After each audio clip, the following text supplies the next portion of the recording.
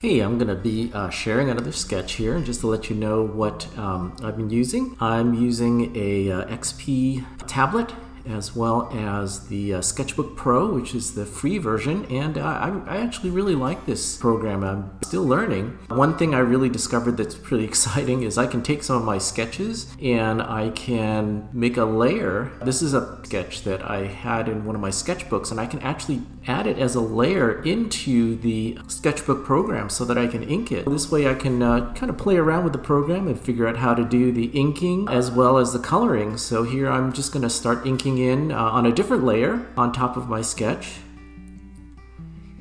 and just basically kind of put in the lines and some of the shades.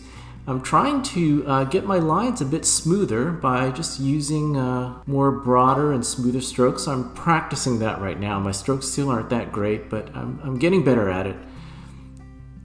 And yeah, this is a lot of fun. I found out that this is pretty good, because then I can take my drawings that I do on physical paper, and I can experiment with them. I can put them into this program, and I can begin to figure out like what are different ways that I can ink it, or different ways that I can render it, different colors. And then I can also practice my skills in using Sketchbook Pro. Sketchbook Pro is pretty exciting because there's just some, oops, okay, here we go. Sketchbook Pro is pretty exciting because I can, I'm getting used to learning all the different ways in which you can use it. And it's a free program, which is great.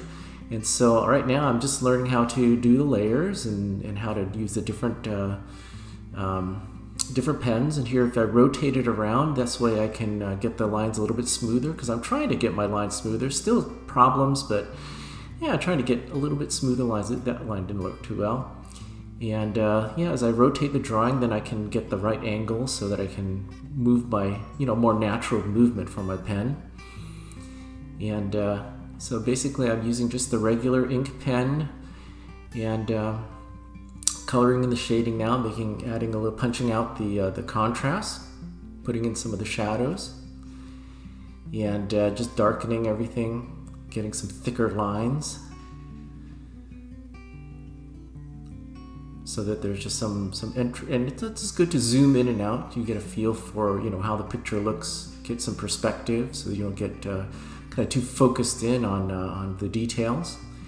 Thing that which is a bummer about this sketchpad, is that it's built for right-handers, and I'm a left-hander. All the buttons are on the wrong side, so that's a bummer. I would have to invert my whole drawing and computer if I wanted to switch the pad the other way, but that's a lot of problems. So boo-hoo on those of you who just on the world that really just is really biased towards right-handers. So now I've finished my first layer of inking, and I'm gonna start doing some masking. And I figured I figured out here for the masking, this is kind of cool, because then you can use different layers to figure out what you want to color in. So this is just the skin layer that I'm masking out, and so I can just play around with the colors a little bit using the Copic library.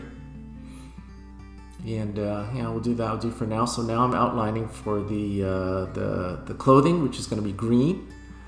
And so I'm getting that set up, and then once I've got that all outlined, now I can mask that, and then I can fill it out with the green, and you can actually adjust the opacity, which is kind of cool. So now I have the green and the flesh tones. Now I'm going to work on the brown. So I'm outlining all the different areas that I think will be brown. And let's go ahead and set that in, and there we go. Now we've got the browns, the greens, and the flesh tones, and now I can kind of play around with it without having the colors bleed into each other. This way the colors stay within the boundary. Colors pretty much stay within the boundaries, and you can just play around putting some darker shades in for the brown. And here we're going to work on some of the shade for the green now.